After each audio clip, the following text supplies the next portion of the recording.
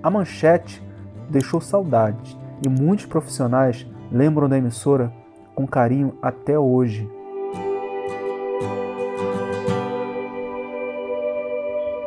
Alô pessoal, eu sou o Marco Antônio Rodrigues, as pessoas me conhecem como Marcão Rodrigues e eu estou aqui participando desse documentário para falar um pouco sobre a minha passagem pela Manchete, a minha participação na história da família Manchete. Foram 4 anos muito importantes na minha vida profissional e foi a minha primeira oportunidade profissional também. Em 1983 eu era um estudante e, através de uma conjunção de vários fatores, eu acabei tendo a oportunidade de mostrar uma composição musical minha na Manchete FM, que foi uma época em que as emissoras FM, todo fim de ano, criavam canções de Natal, né? E que acabavam virando músicas também de sucesso durante algum período nessas emissoras. Isso foi uma coisa que foi meio que criada pela Rádio Cidade, que foi um marco, né, na história do FM. E eu então criei uma canção para a Manchete FM. Eu ouvia a Manchete FM através da TV, porque no Rio de Janeiro, o dial, né, no finalzinho do dial, era possível captar o som da Manchete FM. Então, isso era interessante para mim, porque eu em casa ficava ouvindo a Manchete FM pela TV. Então eu criei essa canção e liguei para a Manchete FM e queria apresentar essa canção.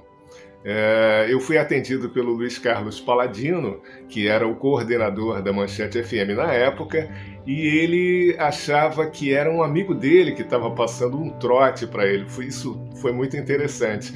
Ele achava que era um amigo, né, que estava brincando com ele, mas mesmo assim ele marcou um horário para que eu fosse mostrar a música, né? Quando ele viu que realmente era uma pessoa querendo mostrar uma música, ele me acolheu também, me levou até o 9º andar, onde ficava a Manchete FM, e lá eu conheci também o Marcelo Castelo Branco, que era um dos diretores da Manchete FM, e eles então me convidaram para fazer um teste de locução, né?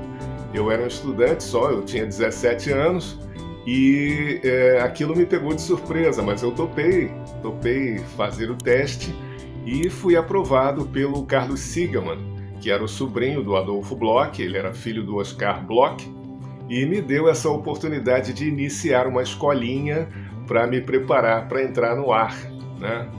E isso aconteceu no dia 17 de fevereiro, se eu não me engano. Às 10 da noite eu fiz a minha estreia na Manchete FM, coração saltando pela boca, enfim, e foi muito importante essa oportunidade na minha vida profissional. A minha carreira começou ali e eu sou eternamente grato à família Manchete.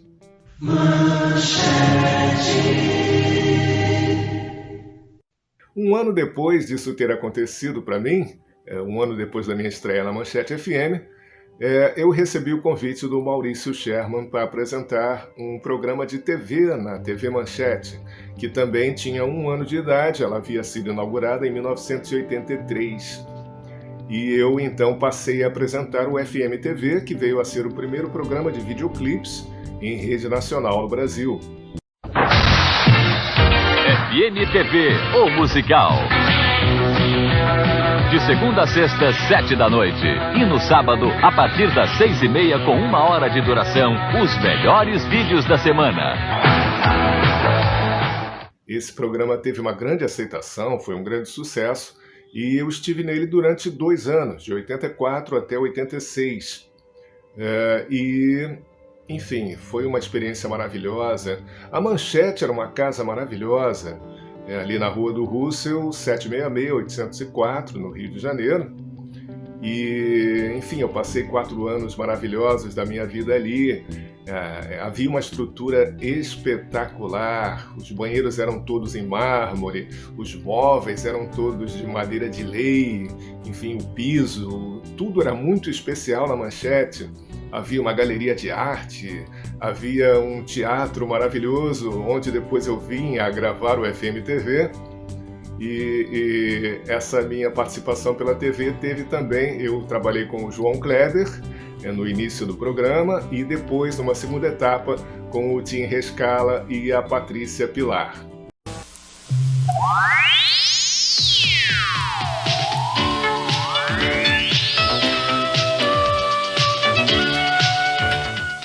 Mas o papo agora é Parada Musical. No Brasil, o primeiro lugar está com o Menudo, com a música If You're Not Here. Enquanto nos Estados Unidos, segundo a revista norte-americana Billboard, o primeiro lugar é de Ray Parker Jr., com o tema do filme Ghostbusters. Em 1986, a partir de 1986, o programa passou a ser comandado pela Tânia Rodrigues. E durou aí mais algum tempo, que eu não sei dizer exatamente quanto foi. Mas tudo isso foi muito importante na minha carreira, foram experiências maravilhosas. E a Manchete tinha todo um folclore, né, em torno da figura do Adolfo Bloch. Ele era muito carismático, era uma figurinha fácil ali nos corredores todos os dias. E na época de TV era interessante, porque quando a gente se encontrava no elevador, ele dizia: "O meu Michael Jackson, quero um autógrafo." Todas as vezes era isso, ele era muito brincalhão. Na maior parte do tempo ele era muito bem-humorado. E, enfim, ele era folclórico ali, existem várias histórias sobre o Adolfo Bloch.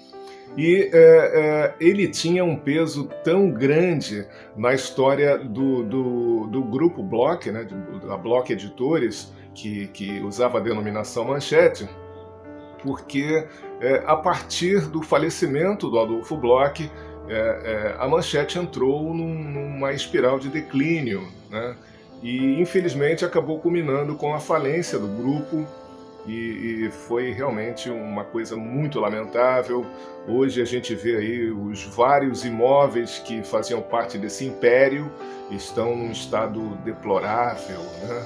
E são histórias de vidas inteiras, funcionários que ficaram muitos anos no grupo Manchete, que na verdade era uma família, né? A gente era tratado como pessoas da família. Eram 3 restaurantes no prédio da Manchete e as pessoas eram muito cordatas, havia muita cordialidade em todas as relações, e eu tenho muito orgulho de ter feito parte dessa história e eu agradeço, só tenho a agradecer, eu sou eternamente grato à família Manchete. Tá ok?